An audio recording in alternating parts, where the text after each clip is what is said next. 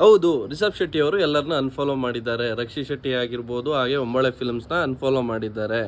ಒಂಬಳೆ films after lockdown 12 ಕೋಟಿ ಆಗ್ಬಿಟ್ಟು Kantara cinema ಮಾಡಿದ್ರು, ಇಬ್ರು ಸೇರಿ ಆ ಕಾಂಬಿನೇಷನ್ ಗೆದ್ದಿತ್ತು. ಅದಾದ್ಮೇಲೆ ಮತ್ತೆ ಕಾಂತಾರ ಪ್ರೀಕ್ವಲ್ ಮಾಡಿದ್ರು, ಅದು ಕೂಡ ಅದಾದ್ಮೇಲೆ ರಿಷಬ್ ಶೆಟ್ಟಿ ಅವರು ಈಗ ಒಂಬಳೆ ಫಿಲ್ಮ್ಸ್ನ ಅನ್ಫಾಲೋ ಮಾಡಿದ್ದಾರೆ. ಹಾಗಾದ್ರೆ ರಿಷಬ್ ಶೆಟ್ಟಿ ಒಂಬಳೆ ಫಿಲ್ಮ್ನ ಬಿಟ್ಬಿಟ್ರ?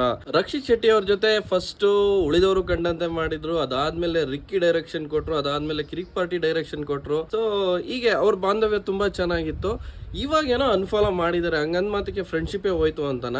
ತುಂಬಾ ಕ್ಲೋಸ್ ಇರೋನ್ನ ಅನ್ಫಾಲೋ ಮಾಡಿದಾಗ ಜನಗಳು ಕೇಳೋದ್ ಕಾಮನ್, ಏನಾಯ್ತು ಇವರ ಮಧ್ಯದಲ್ಲಿ ಅಂತ.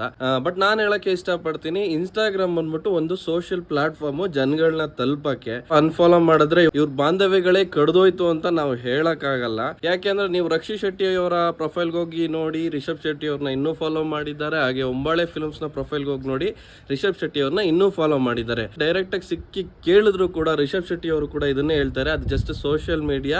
ಫಾಲೋ ಅನ್ಫಾಲೋ ಇಂದ ಯಾವುದೇ ಬಾಂಧವ್ಯಗಳು ಹಾಳಾಗಲ್ಲ, ಮುಂದೆ ನಾವು ಮತ್ತೆ ಸೇರ್ಕೊಳ್ತೀವಿ, ಮತ್ತೆ ಸಿನಿಮಾ ಮಾಡ್ತೀವಿ ಅಂತ. ಸೊ ನಾವು ಹಾಗೇನೆ ನೋಡಿ, ನಾನು ಈಗ ಅನ್ಫಾಲೋ ಮಾಡಿದ್ದೀನಿ, ಹಂಗಂತ ರಿಷಬ್ ಶೆಟ್ಟಿ ಅವ್ರ ಸಿನಿಮಾ ನೋಡಲ್ಲ ಅಂತ ಹೇಳ್ತಾ ಇದ್ದೀನ? ನೋಡೇ ನೋಡ್ತೀನಿ ಅಣ್ಣ, ನೀನು ಸಾಮಾನ್ಯದೋನಲ್ಲಣ್ಣ.